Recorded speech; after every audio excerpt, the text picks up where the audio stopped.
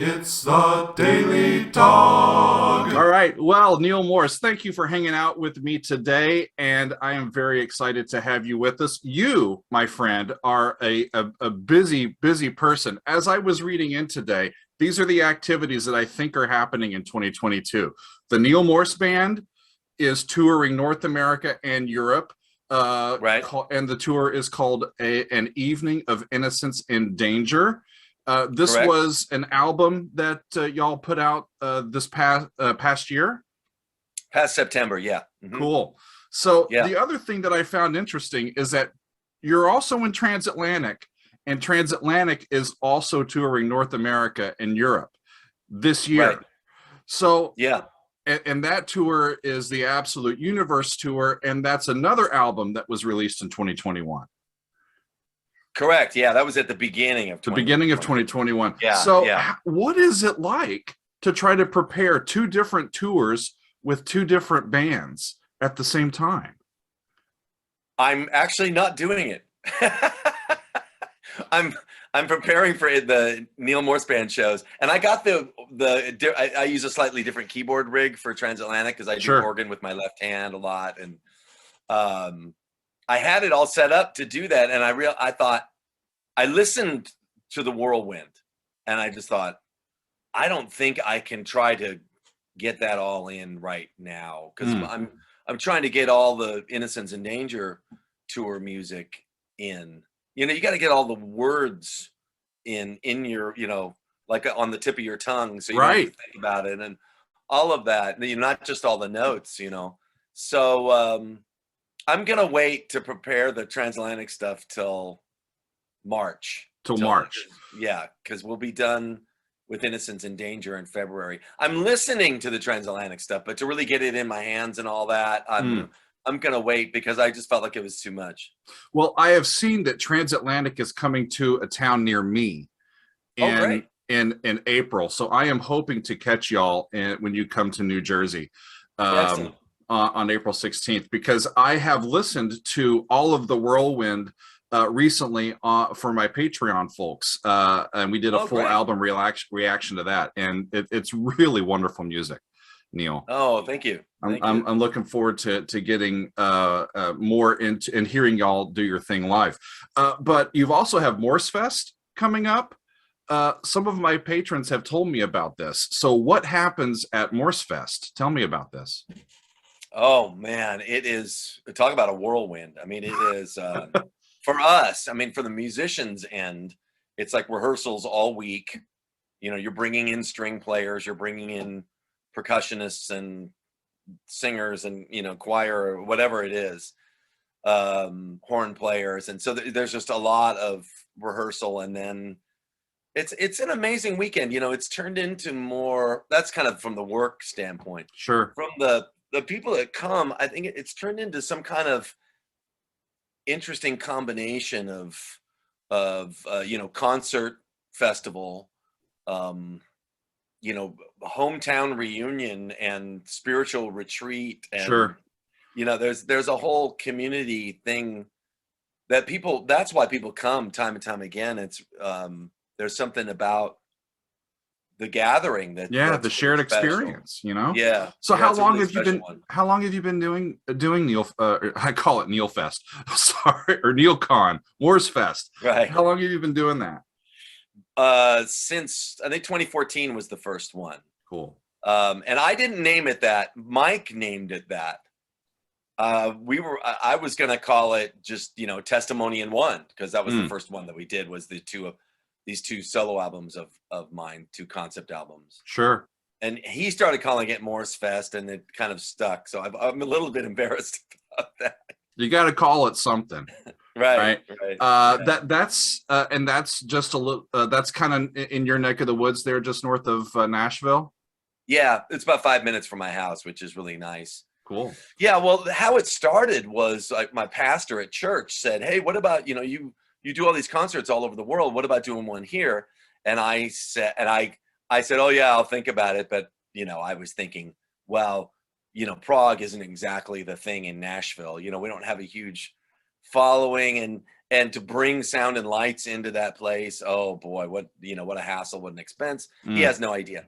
And then I went for a walk with my wife, and she was like, yeah, well, yeah, that's true, but what if you made a whole like weekend thing out of it, and I could serve food, and maybe is there an album you have never played all the way through, and you could do an inner circle concert on Saturday morning. And she as we brainstormed about it, by the end of that walk, I was like, yeah, let's do it. It's funny how good ideas just turn into exciting events. It's just kind of meant to be, Yeah. Well, as I was reading in on a bit of your history today, I noticed something, and I want to ask you about it. I read that your dad was a choir director. Yes. And I've been active in the choral music world for a couple of decades. And that's great. That's how I've got my start. I've been a choral music composer for all these years, and teaching at university, and mainly at Westminster Choir College. And so I am really into choral music. It's my favorite type of music to listen to compose. So what or how did your father's work impact you as a kid? Well, he was teaching us madrigals when I was like 3 years old, for one thing. He would teach us. There was 4 kids, I had 2 brothers and 1 sister. And so he would teach us 4-part harmonies, sometimes with a lot of counterpoint and things. So yeah, I grew up with all that, and, Christmas caroling every year, and hearing all the, I remember the first time as a young child walking across the room and hearing, as they were having their choir rehearsal, hearing the different parts moving at different times and going, oh, wow, isn't that cool? So for me, it hooked me. It didn't hook me until later in life. I was in high school, really, when I got into choral music. I was a jock before then. And is that right? I first learned, I learned then that choir most of the time was a non-contact sport. So it's a little bit easier to have some longevity in it. Yeah. Did you start then on piano or on guitar or with music lessons? I started on piano. They started me in piano lessons, classical, really, piano lessons at 5. And then I took up guitar at 9. But yeah, I'm such a choral music fan. My son sang and went to Vanderbilt University here, and so do you know Dr. Biddlecombe down at the Blair School of Music? I don't know him, but I've heard his name. He does. They do. So my son Will got to be. In fact, he's singing the Brahms Requiem with the Nashville Symphony, like 3 months from now or something. One of my favorite pieces. Oh, isn't that an amazing piece? I sang that in high school. Really? Yeah. Yeah. These tentpole pieces that just kind of shape us. It gets me going to the point where I have to come back each day and try to figure out more about what just happened. And that's what I love about music. Every time you come back to it, you get a little bit more of the onion peeled back. Yeah. Do you write the kind of choral music? I've never tried to write it. The kind of stuff modern stuff that Will was singing at Blair. I believe in the sun. Yeah. Even when it's not shining, and these chords, they would split off into 15-part harmonies. It seems like it, doesn't it? Yeah. When I'm doing this, what I mean is oh, what a cluster. What a chord. And voicing the chords. I'll send you a couple of my tunes. I would like to think that I have written in some of that style. A lot of my stuff is sort of like I've done some in different styles, but that sort of suspended, sort of enigmatic, sort of ethereal sound designed for these like cathedral style acoustics, they're a lot of fun to write. A couple years ago, I wrote a piece for Westminster Choir College for their Christmas show, which they do at the big cathedral on the Princeton University campus. And it was designed to have like a 6-second delay. And it was a lot of fun to put together. Morton Lauritsen, who is a really fantastic choral composer, was one of my teachers. And I've had a couple of other really great teachers. But that gets me going into why the new album Troika speaks to me in such a profound way. This is your new album with Nick DiVirgilio and Ross Jennings, and Yeah. it's coming out here next month. Yeah. And I got an advanced copy, and I got Oh, to nice. listen to it yesterday, and it's going to be one of my additions to my personal library already. So Wonderful. how did you find the energy and the motivation during lockdown, not only to do Neal Morse Band and Transatlantic albums, but this one as well? Well, I had just finished all my parts on the new Transatlantic, and it was shipped off to be mixed. That would have been, that was like July of 2020. And my wife and I were like, well, we can't, it's locked down. We can't really do much.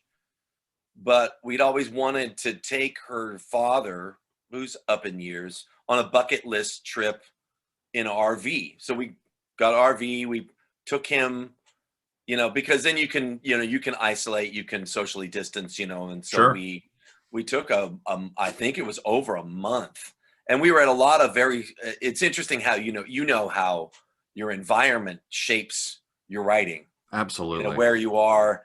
If I'm on an island, I can't help but sometimes write some reggae,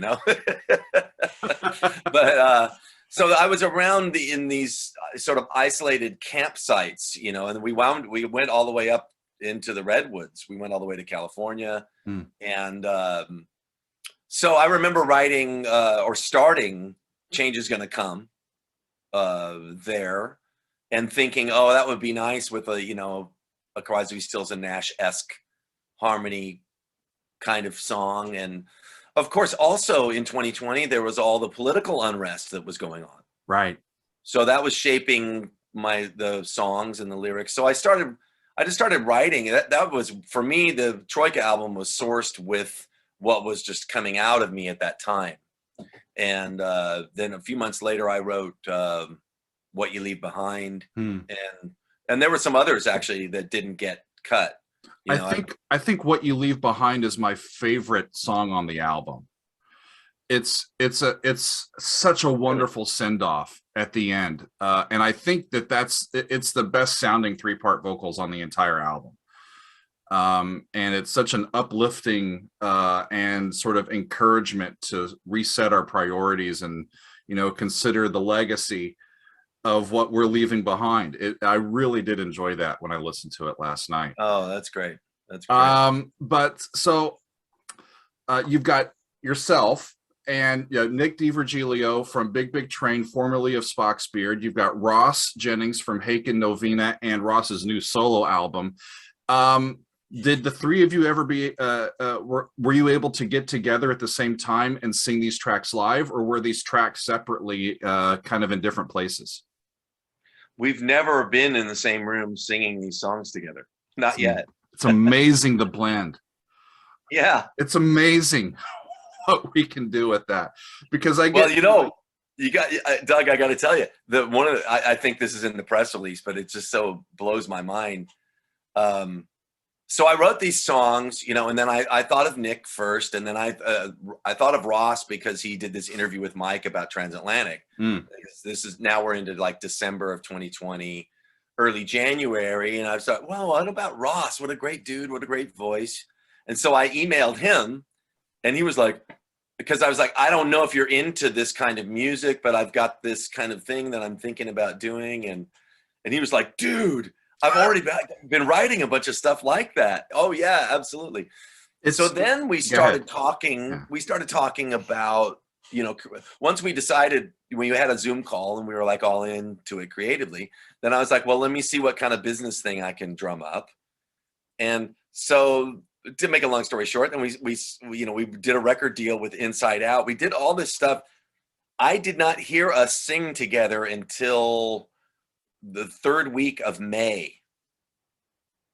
Like, we did all the track. Nick didn't do his vocals till the last thing. So he did all his drums and percussion and did bass. He did some bass. He did all this stuff, but he didn't sing till the very end. And I was talking to my friend Bill Hubauer in April, and he was like, oh yeah, oh, you're doing an album like that? Well, it's all about the vocal blend. How's the vocal blend? I said, I still don't know. Because when I listen to it, I just get the feeling, the vibe is, here's just three really great singer songwriters just chilling, singing some great songs in the same room, and it comes off brilliantly. It really does. That's so good. That's great. I'm so glad. You know, and I was listening to it yesterday as I was doing my read-in for the interview, and my wife comes in, she says, "What is that?" I'm like, yeah. This is Troika. So we're you know, we have really loved this style of music personally. I've really grew on singer-songwriter stuff for a long time. We love Crosby, Stills, Nash. We actually got to see CSNY back in the day performing in Philadelphia, and wow, there's other groups like the Wailing Jennies are a Canadian folk trio, and their harmonies are just out of this world. It really just butters my bread, if you know what I'm talking about. Sure, yeah, me too. So the album's coming out on February 25th through Inside Out Music. And talk about Troika, because when I first heard this, I thought that Troika was the name of the band and not the name of the album. So where does this term Troika come from? It came from my friend Jeff Bailey. He's who lives in Belfast, Ireland. And yeah, I was talking to him about the project, and I think I shared some of the demos with him. We're really good friends, and he helps me with social media and does a lot of things. And anyway, it was his suggestion, and he even did the names with the title through it. Yeah. Not the final one, but he had the idea for that. And the funny thing was that none of us in the band wanted to use it because we didn't know what it meant. I had to look it up. Yeah, everybody has to look it up, you know. And then when you look it up, it goes like, oh, well, that's perfectly apropos. Sense. But so we were resisting it. We were first calling it Trio. It's, you know, because you can use Trio with the names too. Sure. But then ultimately, I think we all looked at it, you know, near the final hour and went, Trio is so boring. You know, it's so ordinary. And so we decided to go with Troika. But that's how it happened. I had to look it up so the first single that came out was called Julia. It was released on December 3rd. I looked at it on my channel on December 9th. It was so funny. We have like a little private Discord for my patrons, and when the single came out, it was like all hands on deck. Immediately I started getting DMs. There's a new band, and it's some of our favorite people. You've got to put this on your channel. And so when I looked at Troika, I looked it up, and you know, three people working together. And then on that particular song, Julia, I read that one was written by Ross, but you provided some arranging help into that one. Can you talk about what it's like to work with another person like Ross and sort of cultivate this song to make it the way that it needs to be for the album? Yeah, I loved Julia, of course. You know, I loved Ross's version, but as I listened to it, I felt like it was a little bit meandering, which is kind of hard to tell another artist. You know, I had to like email him and go like, well, I feel like it needs a chorus, and the line "Please forgive me, my sweet Julia" was something that he only used in one. He had different versions of the song himself. Okay. And in one version there was this vamp where he said, "Please forgive me, my sweet Julia." And so I had the idea to basically take it and, you know, make a chorus out of that. Sure. And then I basically cut and pasted and made two verses, a B section and a chorus. I kind of made it more of a regular song structure, which is kind of funny for me being, you know, the progressive rock guy getting sure. It. But for this album, I don't know. And for that song, and I was just really glad. I tried several different choruses, actually. The one that's on the album was maybe the second or third one that I tried, and I was singing different choruses into my phone and sending them to Ross in England. And and he was like, what do you think of this one? I don't know. Oh yeah, try that one, you know. And so I was just really thankful that Ross was willing to let me kind of pull apart his song and put it back together again. It shows a lot of trust, and you know, I think in the end, I think it made the song really pop, because I noticed it a lot towards the end of the chorus in that song, of how it kind of, the chorus kind of culminates, and you've got all these suspended chords sort of resolving into each other, and then it sort of pops back into the verse, and it's really slick how that works. I really enjoyed that one. The new single is called Everything That I Am, and it's the opening track on the album. It was released on January 11th. Last week, when I was hanging out with my patrons, we listened to it on one of our live stream hangouts. You immediately get the vibe of the album from this, and I think at the beginning you're like, let's go, or all right, or come on, you know, it's like we're doing this, jump in. It's really just fun tracks. So how does a progger like you you know, kind of write a non-prog album? Is it just scratching an itch that you know, for this time in my life I need to write this style? Well, kind of that. And oh, by the way, I've watched several of your things. Like I watched your thing on Julia. Yeah. And I was telling my wife, oh yeah, this guy really knows his stuff. Every time he talks about, oh, they're going to the, I watched At the End of the Day, the Spock's Beard one, and Great oh, they're song. going to the Four Minor. Oh, you know, and I'm like, oh, this guy knows his music. So, well, go ahead. Yeah, sure. I've actually always written a lot of what you'd call normal songs. Sometimes I'll put them in the middle of a big progressive rock thing. Some, you know, but I've always done some standalone stuff. I don't know if you've ever heard June by Spock's Beard. I haven't heard much of it. I'm getting there. Yeah, that's okay. That's okay. But I originally wrote that when I discovered what a wonderful high range Nick had. And I thought, well, it would be nice to have something at the concerts to give people's ears a rest after so many notes and after all the big epics. You know, it's nice. And I wasn't sure how the audience would receive it, because it was a pretty normal song compared to the rest of our music. And it turned out to be like, you know, that was like the song that you do for the encore, to, you know, you play the first few chords and it would, you know, became the big song recognition thing. So yeah, I've always appreciated about the progressive rock fans that they're very accepting of all kinds of different music, and you can do it if you feel to do a normal structured song that's not very complex.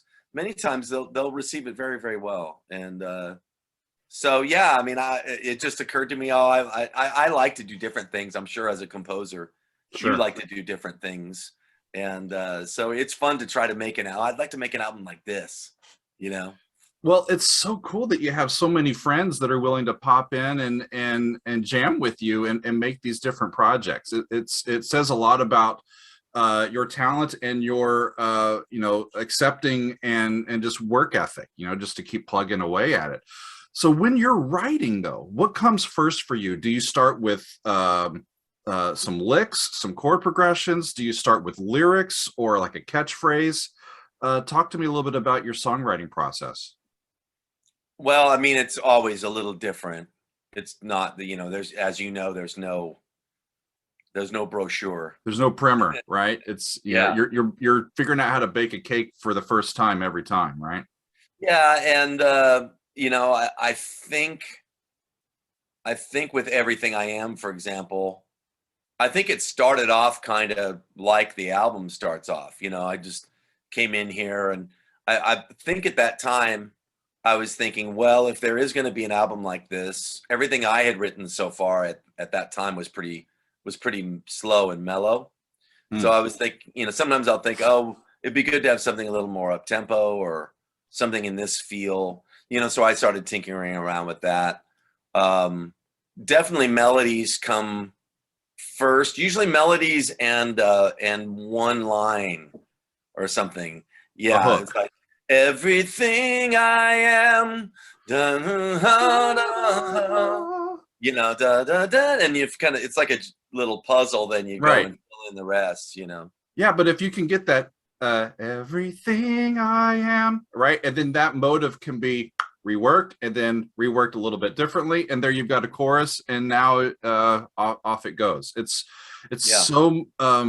so much fun when you get a really good motive and you're like, that's gonna be a hook. That sounds like it's gonna be something new.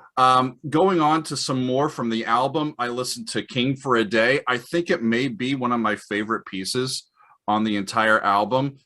Which one of you wrote that one? That's Ross. That's Ross's. You Yeah. can't beat a Mixolydian progression, can you? You know. And then Secondhand Sons is kind of the I think one of the more harder edged. Yeah. And it's almost like, as I was listening to it, it was like it was scratching a prog itch, but kind of put inside like a bluesy rocker sort of sound. It like every one of these songs is just really, really great on these. And then I got to the end with What You Leave Behind, and it starts with Ross's just really wonderful vocal there. And I believe you said that's one of yours. Yeah. How do you decide who gets to sing the lead when there's when all three of you can handle it at any one given time? Yeah. Well, you know, it was all instinctive. But I think when I sent we sent tracks around to each other with notes, and you know, so Ross sent King for a Day and said, well, obviously, Neal, you're going to sing. I have a lower range, so I'm singing all the bottom parts. So that's kind of a given. I think we said at the beginning, probably most of the time it's going to be Neal on the bottom, Ross in the middle, and Nick on top. Really? So that was kind of a given. Then I think sometimes our notes were like, yeah, listen to what I've got and do whatever you hear, whatever, you know. And sometimes, you know, Nick would then send a percussion track or something, you know. It was pretty interesting. But I made some notes like, Ross, why don't you try singing this first verse, and Nick, why don't you try singing the second verse? Because part of my thinking on a record like this is the joy of for the listener is all the differences. You know, I didn't want it to be too much of me. You know, I wanted it to be like a meeting of artists, not just us singing on each other's things.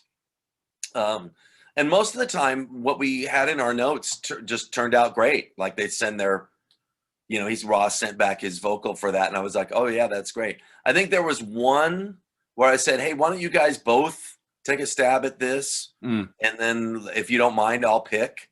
You know, so there was one where I had to like kind of choose between them, but most of the time, I mean, those guys are such great singers; they can do anything. All three of y'all are great. Are you going to be able to find a way for the three of you to tour or do any live concerts of this? It would be great just to have all three of you singing together at one time. Yeah. What a concept. Yeah. Is that something that's possible, or are the schedules just way too difficult to manage? Well, we haven't really talked about it, oddly enough. I think we're sort of waiting to see how the record's received, which it seems like it's going to be received really, really well. And then, you know, maybe we'll see what, you know, kind of offers might come in and just take it from there. But it's not like, you know, we have some manager that's pushing us out there or anything like that. You know, Right. we're just I think we're all into it and we're all open. It would have to be something that really makes sense, you know, and feel like the right time. It is difficult with everyone's schedules, but I'm sure, you know, if the time comes and everything feels right, we'll do it.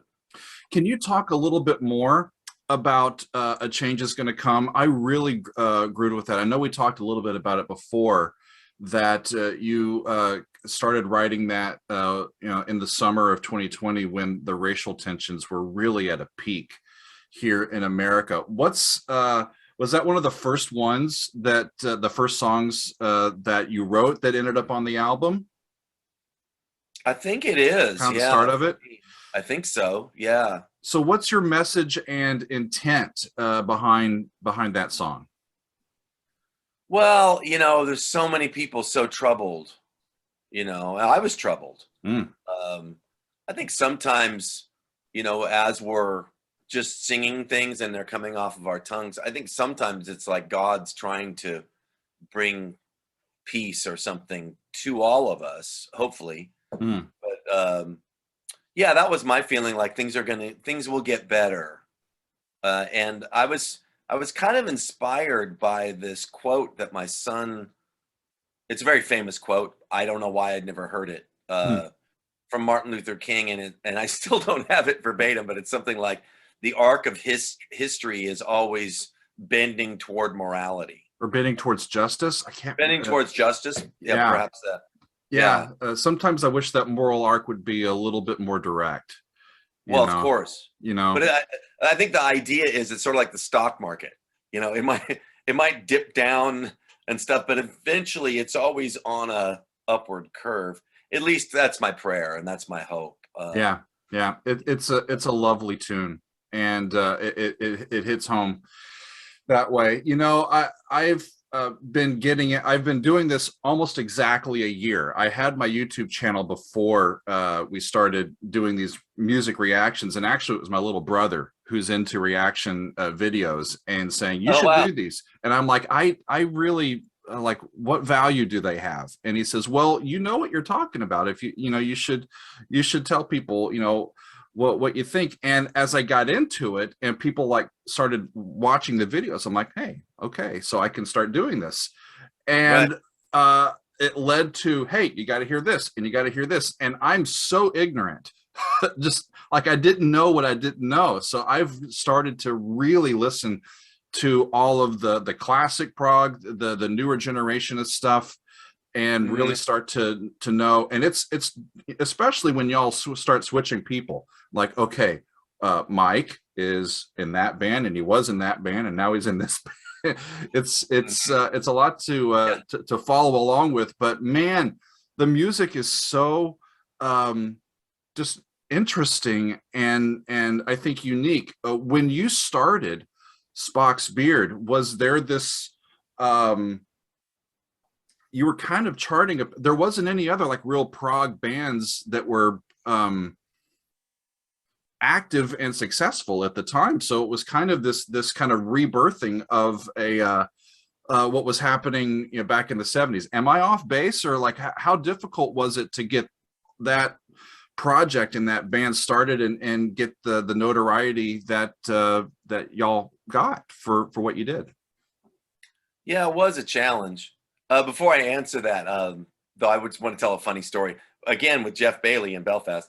So his little boy is walking by the television and looks up at the TV, and Jeff's watching a music video, I think of the Neal Morse Band. He said, "Oh, hey, Daddy, that's the drummer that's in every band." In every band. Of course, Jeff says that says a lot more about his DVD collection than it does about. But Mike, it does get around. He's in a lot of projects, of course. But yeah, well, when we started Spock's in the early '90s, my brother and I thought, well, there was two things. We'd been trying to make it in the music business in LA, been in a lot of kind of journey bands and kind of new wave bands, whatever we thought would, different things that we thought were cool, but we thought we had some commercial potential, and they all kind of flopped. So Spock's Beard was born out of, well, if we're going to fail, we might as well fail doing what we really love. And then so we started doing it, and we did think we were the only ones doing it. And then my brother Al found this guy, Greg Walker, who was running a very small label out of his garage, who he got Greg Walker's newsletter, and it had like a zillion prog bands in it. So there were a lot of bands doing prog in the 90s. It's just that very few of them, excuse me. You're fine. Very few of them were actually known by very many people, but we were like, we thought we were the only guys doing it. And it was just kind of funny when we looked through this pamphlet. What? Yeah, There's a billion things. Because still in the days of radio, it's hard to get epic prog songs on the radio, you know? Yeah, And yeah, get your sure. name out there and everything. I've listened to Solitary Soul and Wind at My Back from your live Snow album as well. And all my patrons are eager for me to listen to all of Snow, but it's so darn long. Right. But I You have can't to have wait. a really long drive. I can't wait to get into it, though. There's so much great music coming up, and I really have to hand it to you. It's really inspiring to see you getting out there and doing your thing. And so as we conclude here, just tell people, you know, where they can go to find out, like if they want to see you perform while you're out there, where can they go to find all the information?